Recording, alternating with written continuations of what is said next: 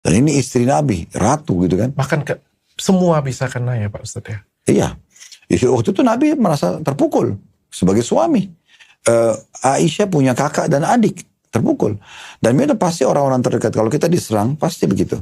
Saya waktu tersebar berita, seakan-akan saya termasuk dalam korupsi, itu padahal sebenarnya kami dipanggil cuma sebagai saksi gitu kan. Karena sempat memang salah satu dari 400 travel itu kami yang menggunakan jasa itu karena memang ditawarkan. Tetapi saya merasa saya tidak bersalah. Karena pada saat itu memang kita melihat ini adalah satu keputusan resmi ya, dari Kementerian Agama. Jadi saya yakin saya tidak ada masalah. Tapi istri saya pun mengatakan, bagaimana nanti dia yang kepikiran. Saya mengatakan sudah tenang saja. Gak usah kepikiran. Sekarang momentum kita dekatkan diri kepada Allah.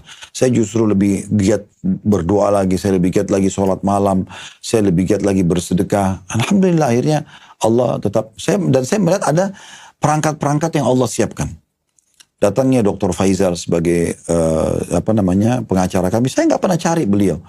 Mungkin bayarannya kalau untuk beliau kelasnya itu sudah sangat mahal. Saya tidak bayar 1 rupiah pun kepada beliau. Beliau datang lillahi ta'ala mengatakan, Ustadz harus dibela.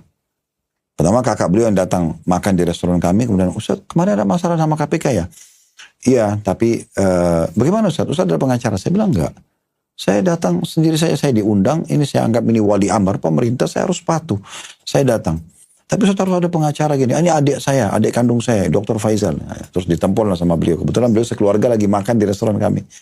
Ini ada Ustadz Harid dan ada masalah gini, tolong bantu. Iya siap gini-gini. Hanya kita ngobrol lah. Ngobrol, kita dudukin permasalahan, lalu beliau menemani saya ke KPK waktu itu.